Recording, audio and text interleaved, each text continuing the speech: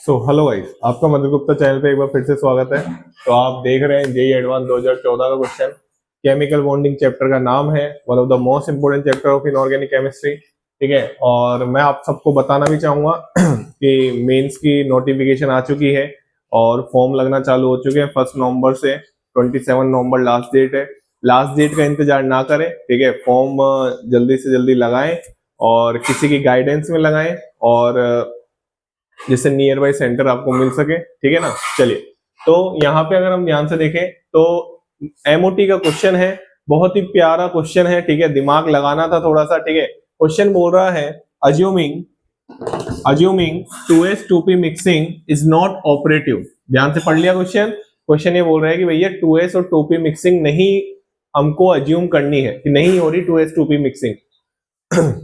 Sorry, पहले तो मैं आपको ये समझाऊंगा कि 2s 2p मिक्सिंग के बारे में क्या चीज है क्या नहीं है। बात समझ में आ रही है? हाँ, फिर उसके बाद हम क्वेश्चन अपने आप हो जाएगा, वो आप खुद भी कर लेंगे। तो क्वेश्चन बोल रहा है कि 2s 2p mixing is not operative the paramagnetic species among the following. और यहाँ पे आपके सामने कितने ऑप्शन दे रखे हैं? 4 ऑप्शन दे रखे हैं। बात समझ में आ गई? क्वेश्चन ये बोलना चाहता है कि 2s 2p मिक्सिंग को आपको कंसिडर नहीं करना, तो इन चारों स्पीसीज में से कौन सा पैरामैग्नेटिक स्पीसीज है।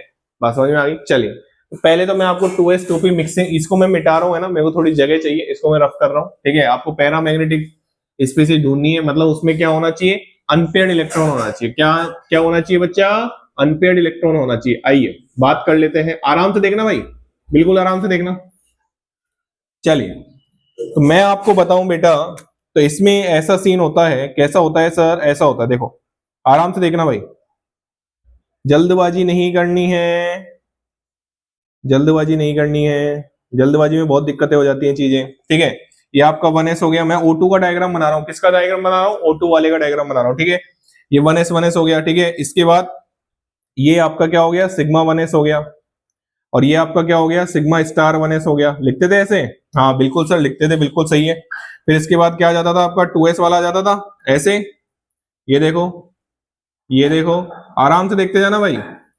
पहले हम कॉन्सेप्ट सीखेंगे, उसके बाद वो क्वेश्चन अपने आप ही हो जाएगा। 2s ये क्या हो गया आपका? Sigma 2s। ये क्या हो गया बच्चा आपका? Sigma star 2s। ये सिग्मा है ना। मैं बोल रहा हूँ, नहीं समझ में आ रहा हो लिखा हुआ, हो सकता है तुमको छोटा दिख रहा हो, ये लो बड़ा लिख देता हूँ। सिग्मा स्टार 2s है, ठीक है। चलिए, इसके बाद अगर हम बात करें sigma star 2s, sigma star 2s, इसके बाद अगर हम बात करें तो यहाँ पे आपके पास आएगा क्या? यहाँ पे पी के 3 ऑर्बिटल आएंगे। पी के 3 ऑर्बिटल बना दिए सर। यहाँ पे ऐसे बना सकते हैं हम, ऐसे बना सकते हैं, कोई दिक्कत वाली बात नहीं है। ये लो सर, कोई दिक्कत वाली बात नहीं है। पी के 3 ऑर्बिटल आ गए, ये देखो। यहाँ पे इसके 2 ऑर्बिटल आ गए, पाई वाले। फिर पाई स्टार वाले आते थे। आराम से देखना भाई, आराम से देखना।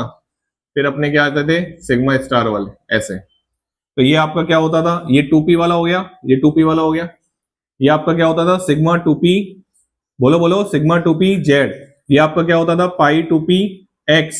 ये आपका क्या होता था? यहाँ लिख दूं, यहाँ लिख दूं, पाई 2p वाई। बात समझना, आराम से धीरे धीरे समझना भाई, मैं डायग्राम बना रहा हूँ, ठीक है। तो यहाँ पे क्या हो जाएगा? Pi star 2p X, pi star 2p Y. कौन सा वाला डायग्राम बना रहा हूँ? O2 वाला, O2 वाला डायग्राम बना रहा हूँ, ठीक है ना। 2s 2p 2s और 2p मिक्सिंग का मतलब समझाने वाला हूं मैं तुमको। और ये क्या हो गया? Sigma star 2p Z. मैंने क्या कर रखा है? मैंने इंटर न्यूक्लियर एक्सिस क्या मान रखी है? जेड मान रखी है, ठीक है। एनसीईआरटी के हिसाब से मैं चल लेता हूं, अगर कुछ नहीं दे रखा हो तो जेड मान लेते हैं, तुम्हारी मर्जी हो जो मानो, ठीक है, कोई दिक्कत वाली बात नहीं है। ये डायग्राम समझ में आ रहा है? ये डायग्राम आपको पता होना चाहिए, बहुत डिटेल में पढ़ाया जाता है, हर जगह पढ़ाया जाता है, तो आपको समझ में आना चाहिए डायग्राम, ठीक है। अब यहाँ पे क्या होता है, हम इसकी सिमेट्री लिखने जा रहा हूं मैं, और ये आपको पढ़ाया जाता होगा। जैसे इसकी जो सिमेट्री होती है वो क्या होती है? अरे बोलो यार, ये जो सिमेट्री होती है वो क्या होती है? सिग्मा जी, सिग्मा जी। और ये जो होती है वो क्या होती है? Sigma you. ये जो होती है वो क्या होती है? सिग्मा जी। ये जो होती है वो क्या होती है? Sigma you. यहां लिख दूं, सिग्मा यू। हाँ भाई, ये जो होती है वो क्या होती है? सिग्मा जी। हाँ भाई, ये जो होती है वो क्या होती है? पाई यू। ये वाले पाई you.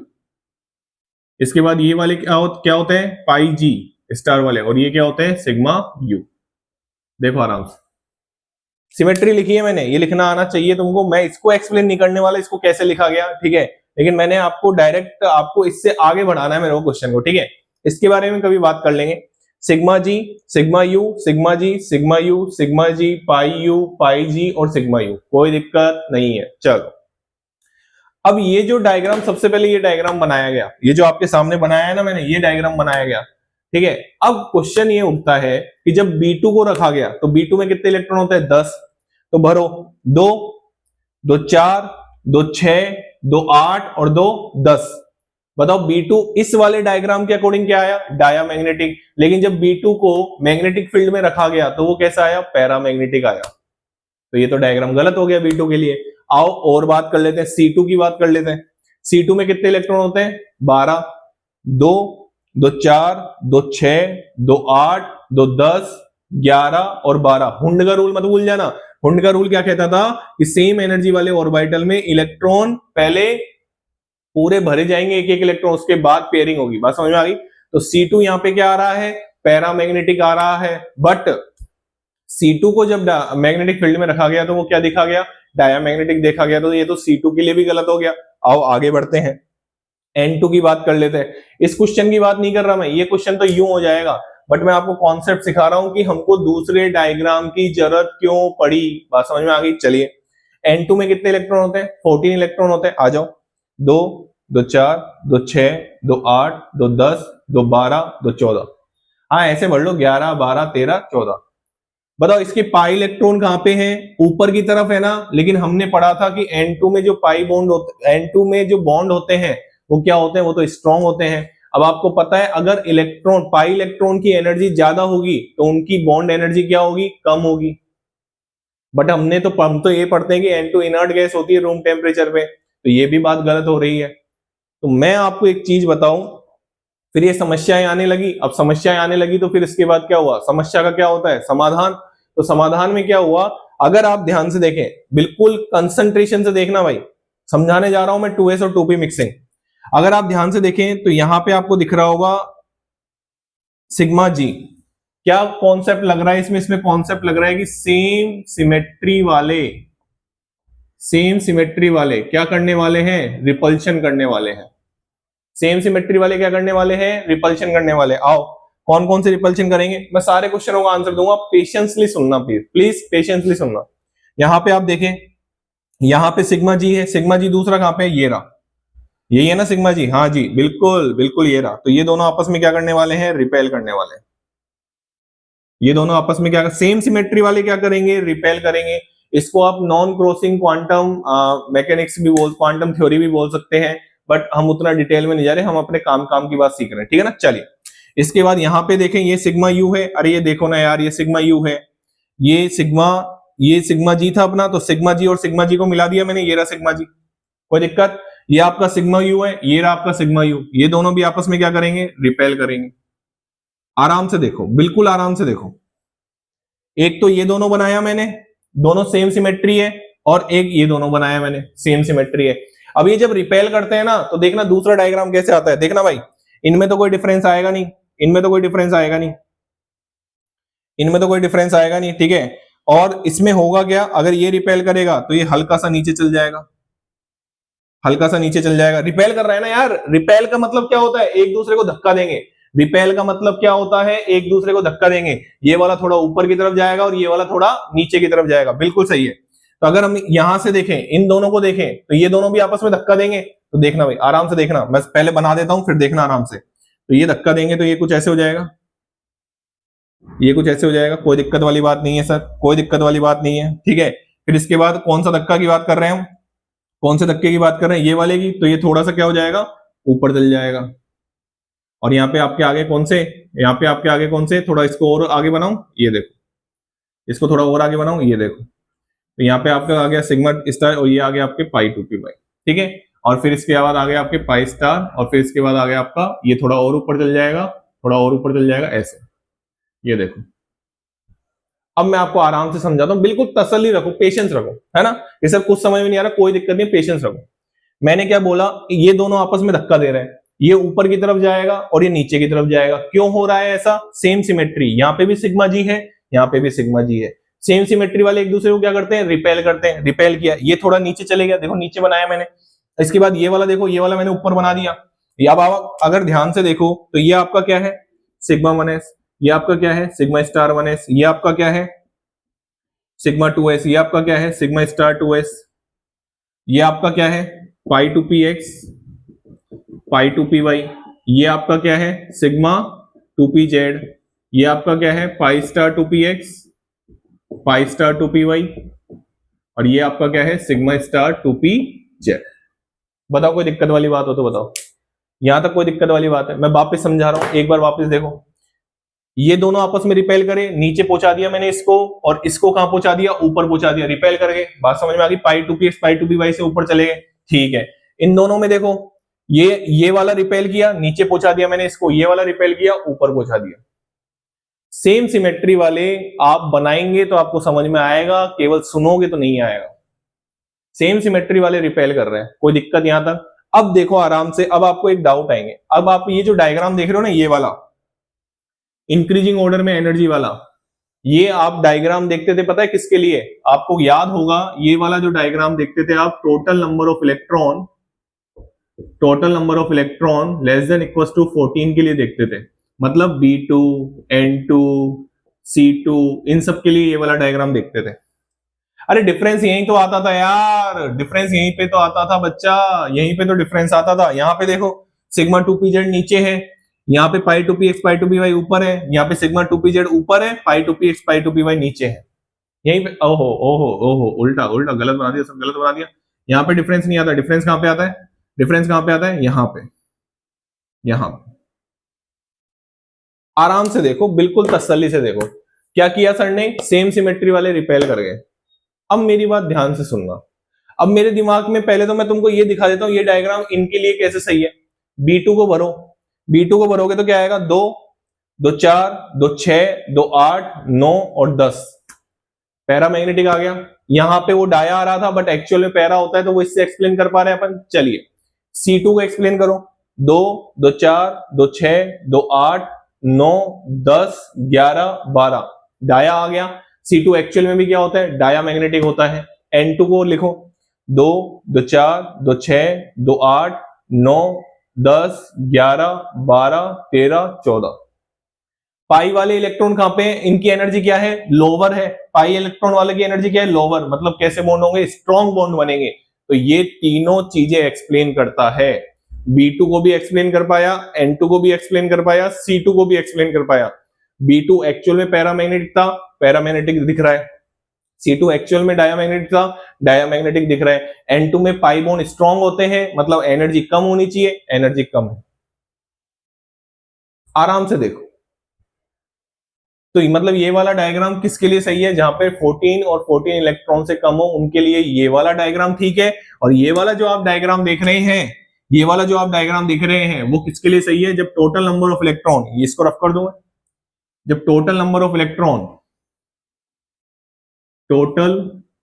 Total number of electron 14 से ज्यादा हो, मतलब O2F2, O2F2।